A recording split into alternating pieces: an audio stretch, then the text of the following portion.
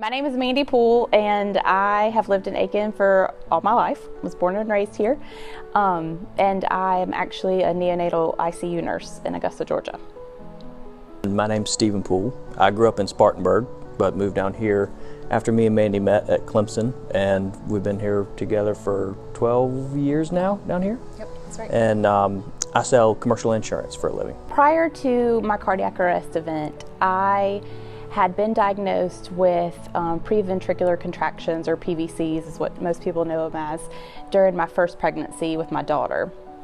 And was followed, and I had a lot of them, more than the normal person. So after my second pregnancy with my son, I had a cardiac ablation done in 2013 and was kind of medically managed from that point, but nothing major. I was otherwise considered a healthy individual, right, and just had some PVCs. Yeah, I mean, people go through their whole lives having PVCs like that and don't know it. The majority of the population could have PVCs and have no idea that they have them going on.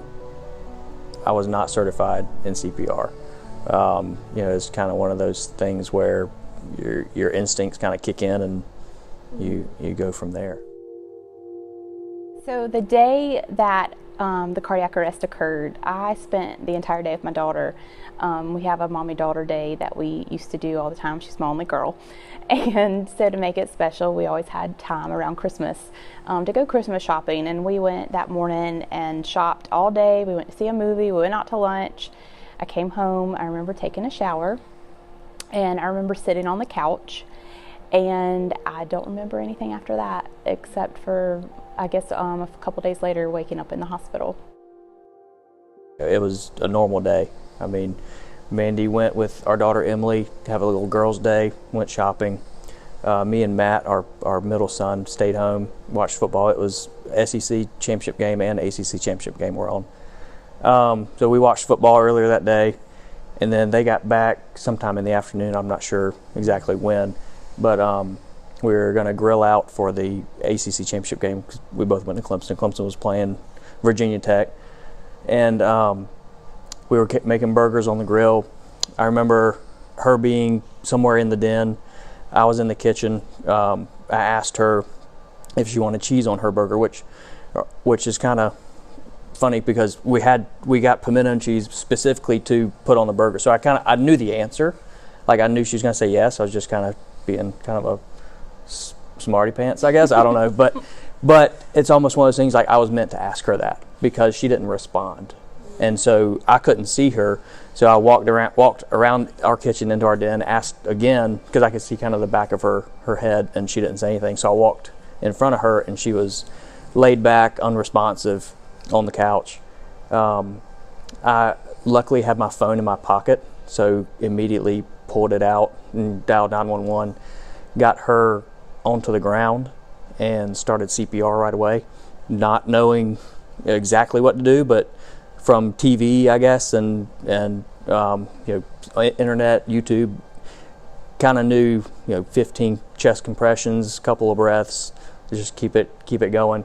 The 911 operator kind of helped me out from there, changed it over to 30 chest compressions and helped me with elevating her neck, and I did that for 11 minutes until paramedics arrived, and then they took over from there, and then it was just like a whirlwind after that. I mean, getting to the hospital and not knowing what was going on, why it had happened, what to expect after that. But it was definitely a life-changing moment.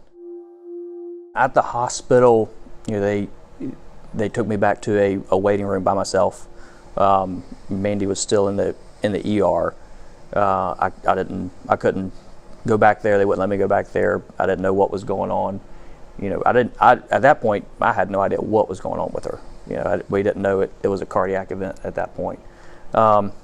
Doctors came in and asked me a lot of questions that I don't really remember a lot of them, just because it was a lot going on, obviously, at that point. But I remember at some point that night, they said that she was stable.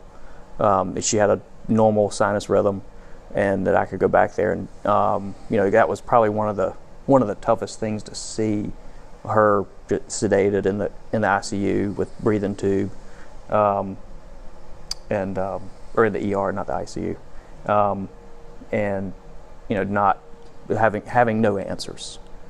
I had called her parents and my parents, and they had dropped whatever they were doing and were making their way down. But then later that night, we had her transferred to MCG. That's where all her doctors, heart doctor and cardiologist and electrophysiologist are. But we just thought it would be better to have her there, because they took her to Aiken Regional, but just to have her at MCG where her doctors are, that they can, because she has that history with them.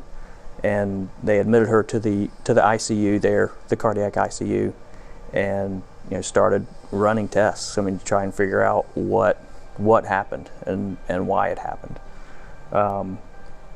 She was on the ventilator for 24 hours, and then started to kind of come back.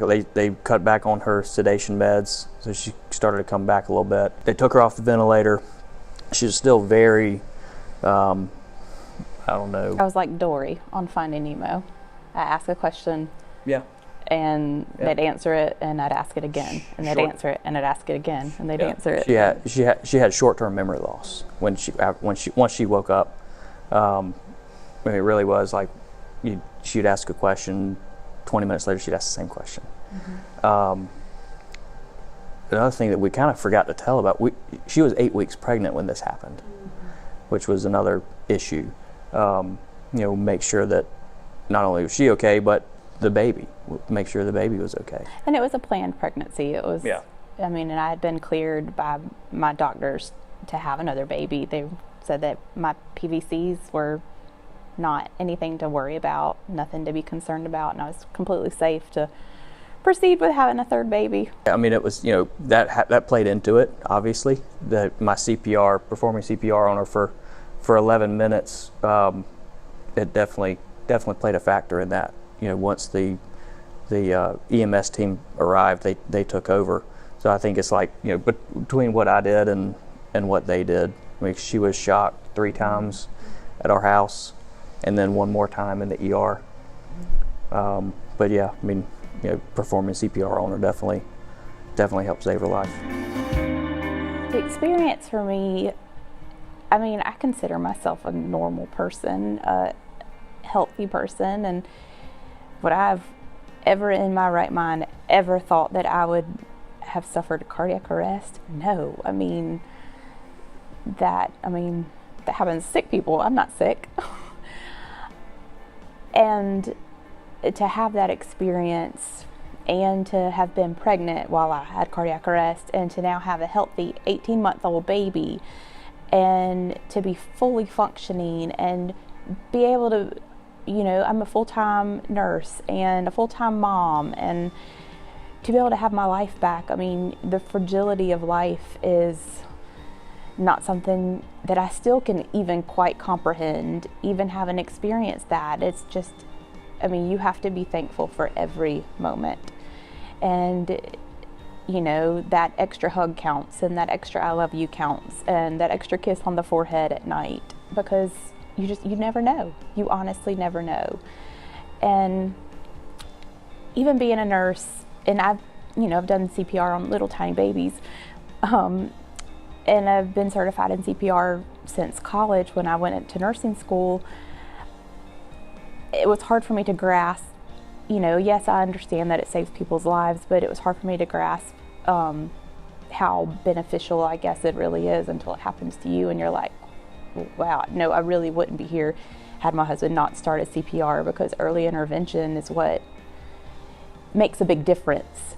And for him to have been there and witnessed my cardiac arrest and started CPR, I mean, that's why I'm here today and talking and walking and being a mom and being a nurse. And I mean, it gave me life. The experience with her cardiac arrest, it definitely it makes you not want to take things for granted. I mean, life is so fragile. You never know, whose life you might have to save with CPR. So I mean, anybody that is thinking about it, definitely go ahead and get certified for CPR. And people that aren't, it'd be a great idea. I highly recommend it. Obviously, it saved my wife's life. But yeah, you can't take anything for granted. I mean, life is so fragile. I mean, you never know when it's your time. And if I'm just lucky that I was there at that point in time and could start CPR on her, and she could be sitting right here. We'd be sharing our story. It's definitely worth it. I mean, I was lucky to where I had my cell phone in my pocket, so I could get a 911 operator on the phone right away. Now, I was performing my version of CPR, I guess. It wasn't. It was efficient. It was efficient, but it wasn't the proper, proper protocol, I guess, for CPR. So, having the American Heart Association have those CPR training classes is huge, because then you have that knowledge in case you were to come upon someone that needs it.